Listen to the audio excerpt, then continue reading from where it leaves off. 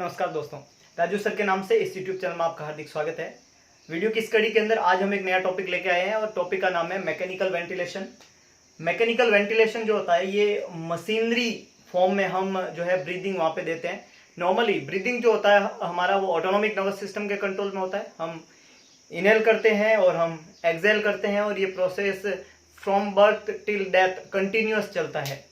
जब भी हमारी बॉडी ये सब चीज करने में सक्षम नहीं होती है तब हम वेंटिलेशन देने का जो दूसरा तरीका काम में लेते हैं वो कहलाता है mechanical ventilation. Mechanical ventilation hospital setup के अंदर और स्पेशली इन आईसीयू सेटअप बहुत ही इंपॉर्टेंट जो है पार्ट रहता है और इसके द्वारा जो है पेशेंट की लाइफ को सर्वाइव किया जाता है और पेशेंट जो है उसकी लाइफ को सेव किया जाता है। तो क्या तरीका होता है, मैकेनिकल वेंटिलेशन क्या होता है, क्या इसके इंडिकेशन होते हैं, क्या इसके मोड होते हैं और किस तरीके से काम करता है, ये सारा हम वन बाय वन इसको पढ़ेंगे। तो हम स्टार्ट करते हैं बहुत बेसिक कंसेप्ट लेके, डेफिनेशन से शुरुआत करते हैं। मैकेनिकल वेंटिलेशन का डेफिनेशन क्या होता है?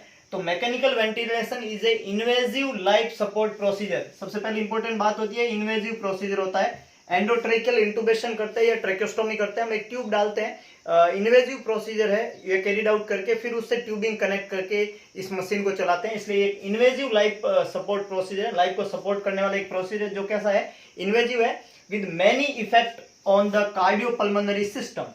Cardio word for heart and pulmonary word for lungs. तो हार्ट और लंग्स को स्टेबल करने के लिए एक इन्वेजिव तरीका है जिसके द्वारा हम बहुत सारे, एक इन्वेजिव प्रोसीजर है जिसके द्वारा हार्ट और लंग्स के ऊपर कई सारे इफेक्ट जो है लाने के लिए हम ये प्रोसीजर कैरिड आउट करते हैं।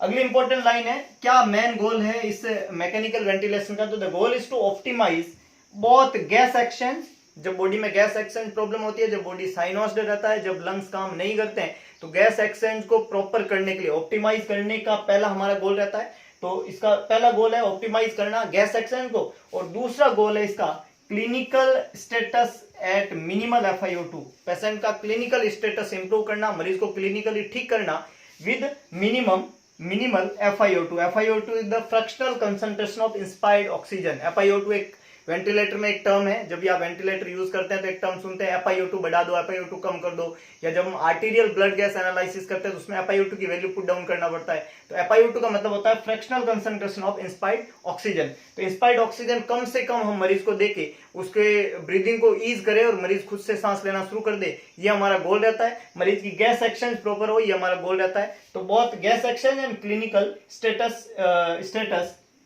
at minimal FiO2 and ventilator pressure and tidal volume। कम से कम प्रेशर, कम से कम टाइडल वॉल्यूम और कम से कम FiO2 में मरीज के क्लिनिकल स्टेटस को इंप्रूव करना, उसमें गैस एक्सचेंज को इंप्रूव करना वेंटिलेशन का रोल होता है।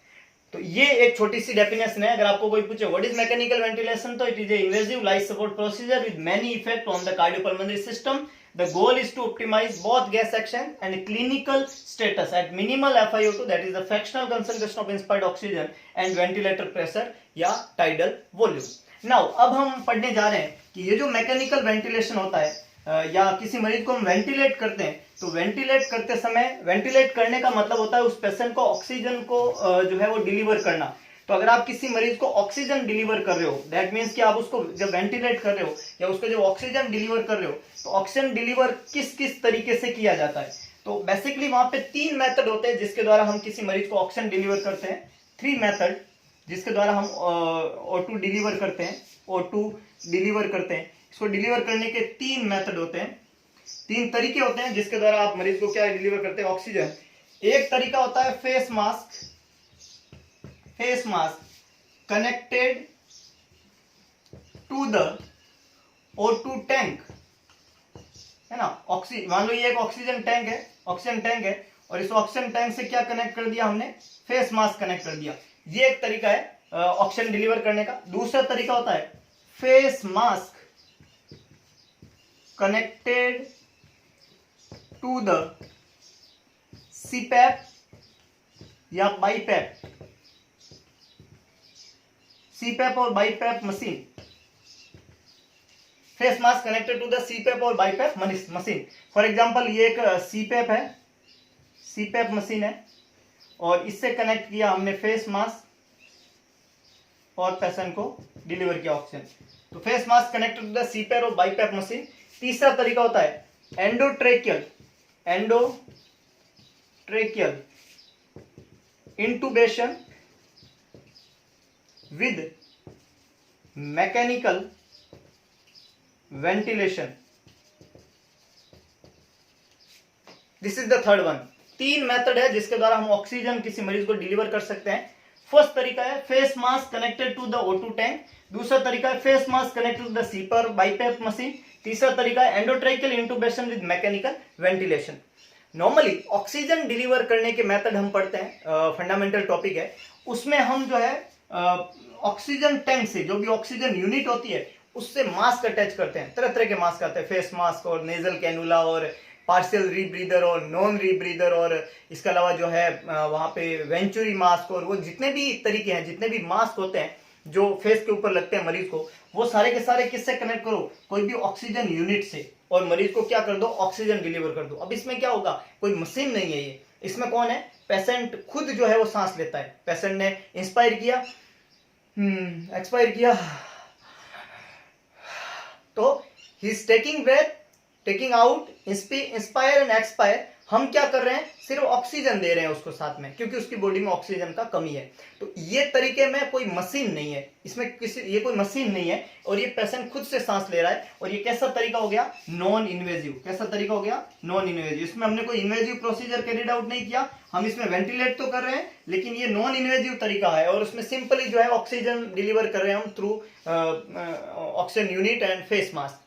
दूसरा तरीका है फेस मास्क कनेक्ट करते हैं हम सीपैप या बाईपैप से। सीपैप या बाईपैप, सीपैप का फुल फॉर्म होता है continuous pressure air, continuous positive airway pressure. CPAP का फुल फॉर्म होता है continuous positive airway pressure. Continuous positive airway pressure. Continuous positive airway pressure का क्या मतलब होता है कि जो इंट्रा एल्यूलर स्पेस होता है, जो बेसिकली जो एल्यूलाई होता है, एल्यूलाई के अंदर जो गैसेज होती है वहां गैस भरना बंद हो जाती है और एयरवे कोलैप्स होने लग जाते हैं। एयरवे के एल्यूलाई के अंदर जो है प्रेशर जो होता है in the alveoli there is pressure is zero, और नेगेटिव प्रेशर जब होने लग जाता है तो एल्यूलाई को कोलैप्स होने से प्रिवेंट करने के लिए हम वहां पे पॉजिटिव एयरवे प्रेशर देते हैं। पॉजिटिव एयरवे प्रेशर देने से ये 0 से 1, 2, 3, 4 और 5 तक, ये 5 सेंटीमीटर H2O तक उसके अंदर प्रेशर बढ़ेगा एल्यूलाई के अंदर। तो एल्यूलाई में जब 5 सेंटीमीटर H2O तक प्रेशर रहेगा तो एल्यूलाई जो है वो कोलैप्स नहीं होगी, एल्यूलाई जो है वो चिपकेगा नहीं और पेशेंट जो है उसमें रेस्पिरेटरी अरेस्ट नहीं होगा।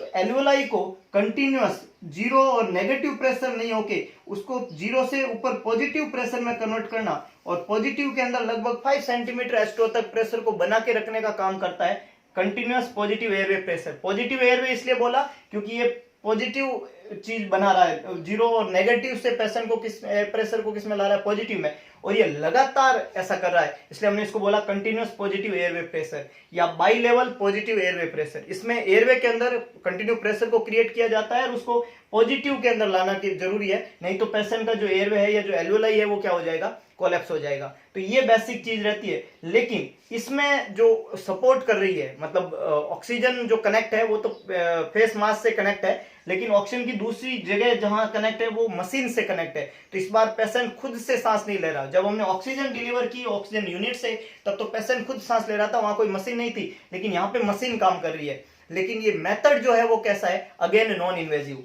जिस तरीके से ऑक्सीजन डिलीवरिंग सिस्टम का ये भी नॉन इन्वेजिव मेथड था, तो ये मेथड भी कैसा है, नॉन इन्वेजिव है। हमने कोई इन्वेजिव प्रोसीजर कैरिड आउट नहीं किया, लेकिन ये जरूर है कि इसमें पेशेंट को मशीन यूज करके जो है वहां पे ऑक्सीजन को डिलीवर किया जाता है और कंटिन्यूअस डिलीवर किया जाता है by a positive airway pressure, either continue positive airway pressure और bi level positive airway pressure. CPAP और बाईपैप दोनों इसी तरीके के डिवाइस होते हैं, और ये जो है पेशेंट में पॉजिटिव एयरवे प्रेशर करते हैं, एल्यूलाई को कोलैप्स होने से प्रिवेंट करते हैं।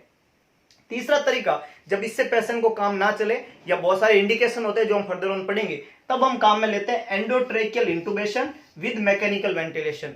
ये मेथड जो है, ये तरीका जो है वो कैसा है, इन्वेजिव तरीका है। और ये इन्वेजिव तरीका हम कब काम में लेते हैं, जब हमारा पेशेंट के ऊपर से विश्वास उठ जाता है। और किस बात को लेकर विश्वास उठ जाता है कि ये खुद से अब सांस नहीं लेगा। जब पेशेंट खुद से बिल्कुल भी सांस नहीं लेता है तब हम मशीन के थ्रू उसको सांस देते हैं। उस मशीन को मैकेनिकल वेंटिलेशन कहते हैं और उसके लिए हमें पेशेंट को इन्वेजिव तरीके से एक ट्यूब डालना पड़ेगा ट्रेकिया के अंदर, उसको बोलते हैं एंडोट्रेकियल इंटूबेशन।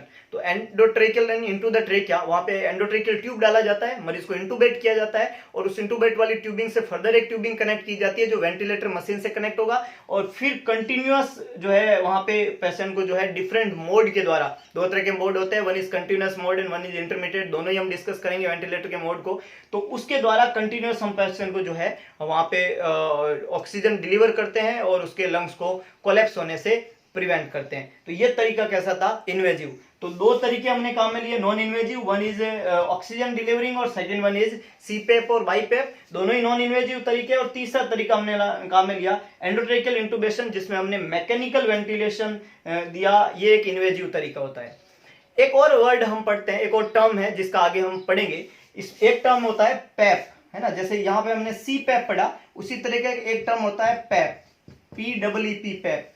सीपैप और पैप दोनों एक ही तरीके के टर्म है, लेकिन दोनों में थोड़ा डिफरेंस है। क्या डिफरेंस है, सीपैप जो है वो कैसा तरीका था, नॉन इन्वेजिव, जबकि पैप कैसा है, इन्वेजिव मेथड। ये पैप जब आप पढ़ेंगे तब मरीज जो है मैकेनिकल वेंटिलेशन पे होगा। तो सीपैप जो था वो तो नॉन इन्वेजिव तरीका था, इसमें आपने पेशेंट को इंटूबेट नहीं किया, लेकिन पैप जब आप यूज करते हैं तब पेशेंट इंटूबेटेड होता है। लेकिन दोनों सेम किस पॉइंट, ये तो डिफरेंस है दोनों में कि ये नॉन इन्वेजिव होता है और पैप जो होता है वो इन्वेजिव होता है ना। ये होता है पॉजिटिव एंड एक्सपिरेटरी प्रेशर, ये होता है कंटिन्यूअस पॉजिटिव एयरवे प्रेशर।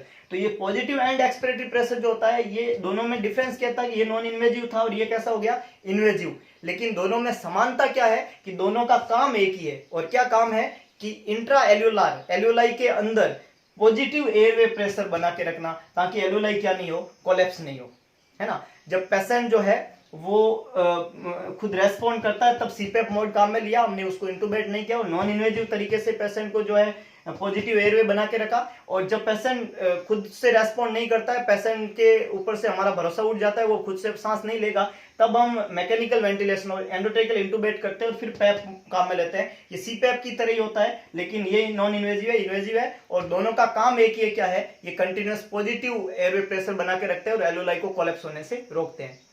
तो मैकेनिकल वेंटिलेशन क्या होता है, मैकेनिकल वेंटिलेशन एक इन्वेजिव तरीका है जिसके द्वारा हम पेशेंट के कार्डियोपल्मोनरी स्टेटस को इंप्रूव करते हैं। पेशेंट के FiO2 गैस एक्सचेंज को इंप्रूव करना हमारा पैसिव गोल होता है और उस पेशेंट में जो है पेशेंट के जो है FiO2 का और उसके टाइडल वॉल्यूम की प्रॉब्लम को दूर किया जाता है। ऑक्सीजन की कमी जब भी होती है मरीज में, तो ऑक्सीजन डिलीवर करने के 3 मेथड हमने यहाँ पे पढ़े, दो नॉन इन्वेजिव है, one is by oxygen tent and one is by CPAP और बाईपैप, और एक इन्वेजिव तरीका है बाय मैकेनिकल वेंटिलेशन, एंडोट्रेकियल इंटूबेशन वहां पे किया जाता है। और 3 टर्म हमने यहाँ पे बेसिकली डिस्कस किए, सीपैप, बाईपैप और पैप। सीपैप का मतलब होता है कंटिन्यू पॉजिटिव एयरवे प्रेशर और पैप का मतलब होता है पॉजिटिव एंड एक्सपिरेटरी प्रेशर। दोनों का काम है एयरवे को पॉजिटिव बना के रखना, लेकिन दोनों में डिफरेंस है, ये नॉन इन्वेजिव है और ये इन्वेजिव है। और मैकेनिकल वेंटिलेशन में ये ज्यादातर काम में लेते हैं और एंडोट्रेकियल इंटूबेशन हम वहां पे करते हैं। अब सवाल ये उठता है कि साहब किसी मरीज के अंदर एंडोट्रेकियल इंटूबेशन क्यों किया जाता है, किसी मरीज को एंडोट्रेकियल इंटूबेट क्यों किया जाता है, क्या इंडिकेशन होते हैं जब पेशेंट को एंडोट्रेकियल इंटूबेट किया जाता है। तो एंडोट्रेकियल इंटूबेशन के बेसिकली जो है 2 इंपॉर्टेंट इंडिकेशन रहते हैं। कोई भी मरीज जिसमें इमरजेंसी कंडीशन हो, जो मरीज जो स्टेबल नहीं हो, जिसका एयरवे, जिसकी ब्रीदिंग, जिसका सर्कुलेशन जो है वो स्टेबल नहीं हो, अगर पेशेंट का एयरवे स्टेबल नहीं है तो उसके ट्रेकिया में हम ट्यूब डालेंगे, इसको एंडोट्रेकियल इंटूबेशन कहते हैं। अगर वो ब्रीथ नहीं कर पा रहे तो हम उसको मैकेनिकल वेंटिलेशन देंगे, और उसका सर्कुलेशन सही नहीं है, फॉर एग्जाम्पल उसको हाइपोटेंशन है तो हम उसको फ्लूइड देंगे, IV फ्लूइड देते हैं।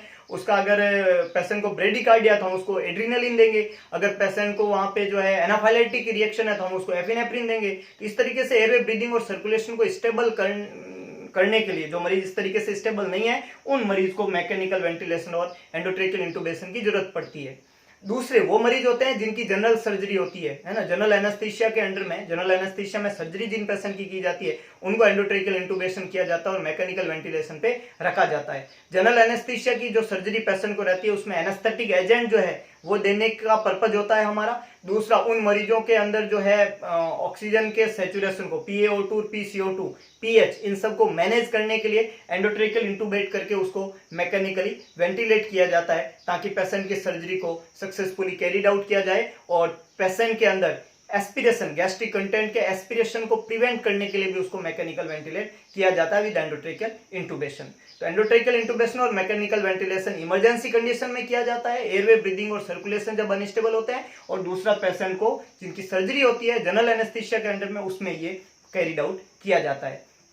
तो ये किस तरीके से वेंटिलेशन, मैकेनिकल वेंटिलेशन यूज करते हैं, क्या इसके मोड होते हैं, वो मोड में क्या डिफरेंस होता है, कौन कौन से मोड कब कब काम में लिए जाते हैं, ये सब जानने के लिए जुड़े हुए मेरे यूट्यूब चैनल से। अगर आपको वीडियो पसंद आए तो वीडियो को लाइक करें, वीडियो को शेयर करें और कमेंट बॉक्स में अपना सुझाव जरूर डालें, और वीडियो आपको कैसा लगा इसके बारे में जरूर बताएं। लेकिन एक काम जो इंपॉर्टेंट आपको करना है कि एक जिम्मेदारी आप उठाए कि इस चैनल को और इस वीडियो को मैक्सिमम लोगों तक पहुंचाए, ताकि एक छोटी सी जो कोशिश हम रोज करते हैं, ये कोशिश जो है वो कई सारे लोगों तक अगर पहुंचेगी तो हम एक हेल्पिंग हैंड बनेंगे, और जब आप हेल्पिंग हैंड बनेंगे तो कई सारे लोगों की इनडायरेक्टली मदद हो जाएगी।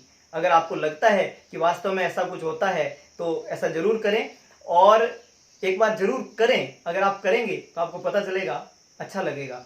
धन्यवाद।